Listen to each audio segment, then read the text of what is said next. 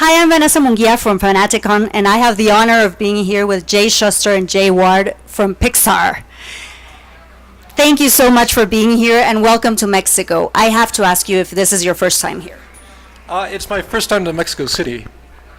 Yes, my first time too. Very excited to be here. Have you had the opportunity of doing anything fun yet? Yeah, well, we walked around a little bit before our talk today. We went to the Museum of Modern Art and was looking at some of the beautiful architecture and. Wonderful. So you have already gotten to see a part of our beautiful city. I'm happy.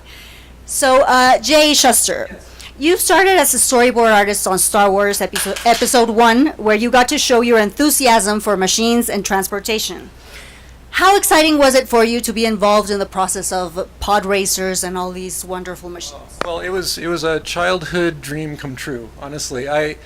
From the age of 6 onwards, my whole goal was to work on a Star Wars movie in some capacity. I don't know. I would have served coffee on those films if I had to. But my dad was a car designer in Detroit, Michigan, and so I learned a lot from him, just designing cars and things and objects, and from really when I was even younger than six, I was drawing and creating and building and all dedicated towards the goal of working on a Star Wars film. So when I finally got that job, it was just a dream come true. It was amazing.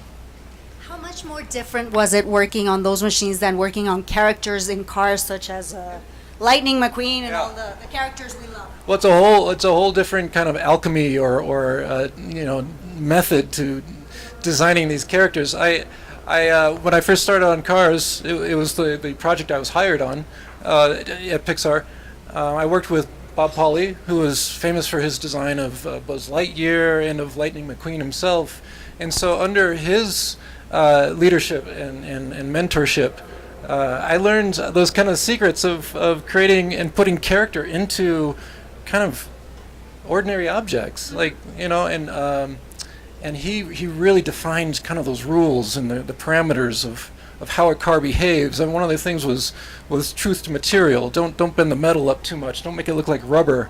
We really wanted to honor kind of what a car is, but also give it and imbue it with these human characteristics. Yeah. Jay Ward, you are called the car's legacy guardian thanks to your extensive knowledge of automobiles. How long does it take for you to authenticate everything for a film?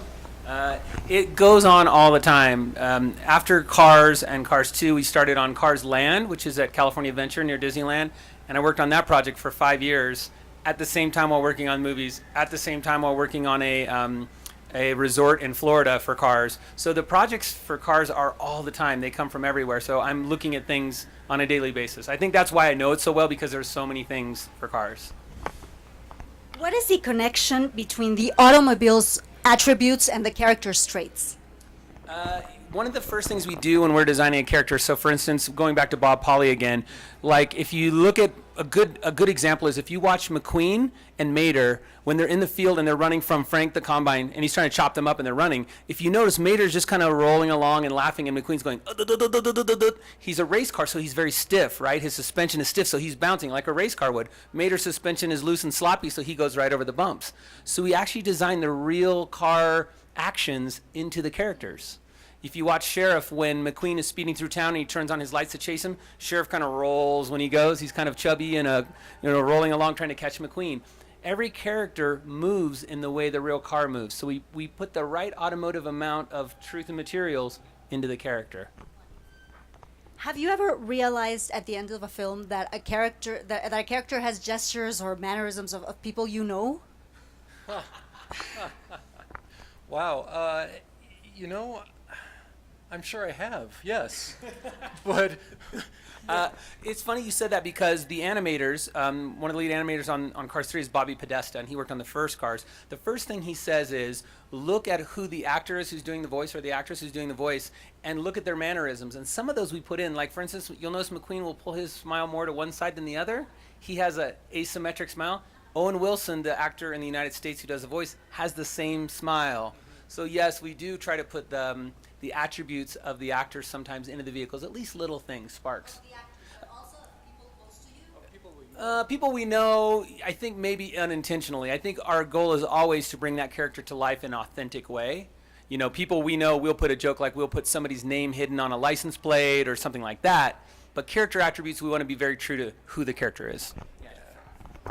You once said you stay connected to your playful imagination. Have many of your ideas evolved from ideas you had as a child? Absolutely, yeah. You know, again, just from drawing from an early age and creating and just wanting to make movies and comic strips.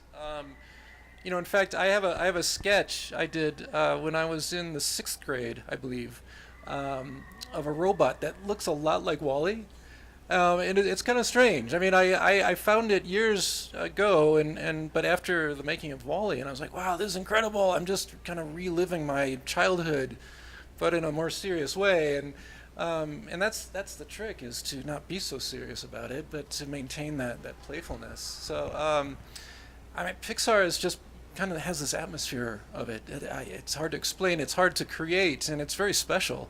And you know, we're very, very lucky to be there and to have the opportunity to express ourselves as if we were, you know, children playing and expressing ourselves. It's an amazing place to be. Yes, we're definitely all jealous of you guys. Jay Ward, you have an impressive background, and I do want to mention this because you as Naval Reserves, Art School, Harley-Davidson, Part Department Manager. How do you believe that all that experience has intervened in your creative process? I think everything you do along the way informs where you end up in your life. Jay Shuster was just talking about drawing a robot when he was young, and if you look at Jay's drawings, and he's brought them in before, he drew an Airstream trailer when he was a little boy, and you know, like, that stayed with him. He drew the robot, that stayed with him. For me, everything I did, everything I learned along the way, sometimes when you're doing something, you don't realize how it's going to affect you later in your life, but it does. People you meet along the way, jobs you have, I think everything led to me being at Pixar.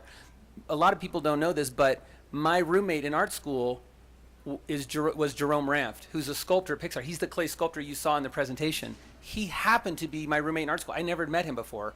We were put together as roommates in art school. He left and went to work on Nightmare Before Christmas.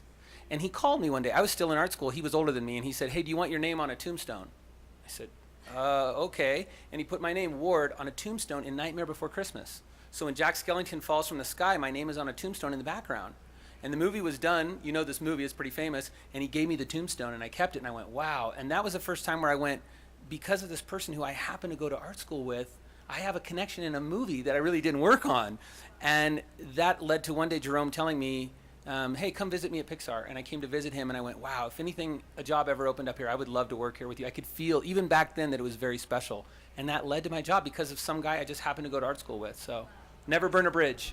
Wonderful, yes. Definitely a lesson. So this is my last question for both of you. What is the craziest idea you ever had for a character? Who wants to answer first? Oh, boy. Character designer first. Craziest idea for a character. For any movie or for...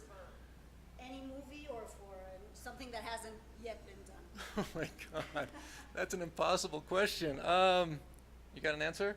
You're first. You have the microphone. Craziest character? Or do you not have crazy ideas for? Oh, all my ideas are so solid and good and insane. Wow. Well, I mean, I guess that's part of the fun. I mean, I'll talk about it. I just don't know if I have a specific one. I mean, because I mean, that's part of the best part of my job is for the director to tell me kind of parameters of what they're looking for, and then there's tell me to go away and then come back with as many ideas as I can. So yeah, I have plenty of crazy ideas.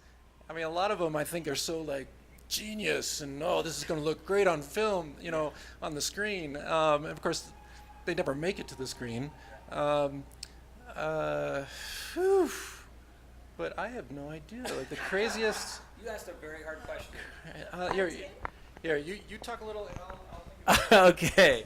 So I guess the craziest ideas are the ones, like Jay said, they never make it to the screen.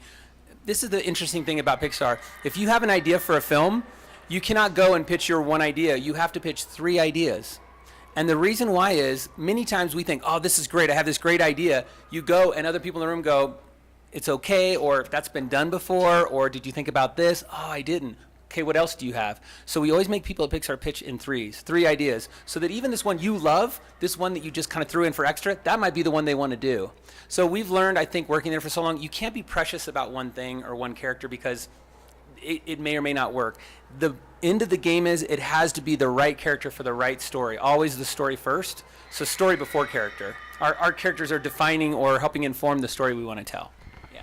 And I just got to add to that. I think the craziest ideas, some of them have actually happened. I mean, like, let's make Holly Shiftwell in Cars 2 fly. And it's like, well, you can't do that, but okay, we'll do it anyway. We'll have some wings pop out and she flies.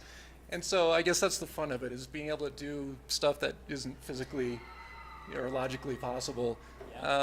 So there are moments when, the craziest ideas actually do fly. Well, thank you so much for your time. We absolutely love having you here, and I loved having the chance to talk to you. Thank you.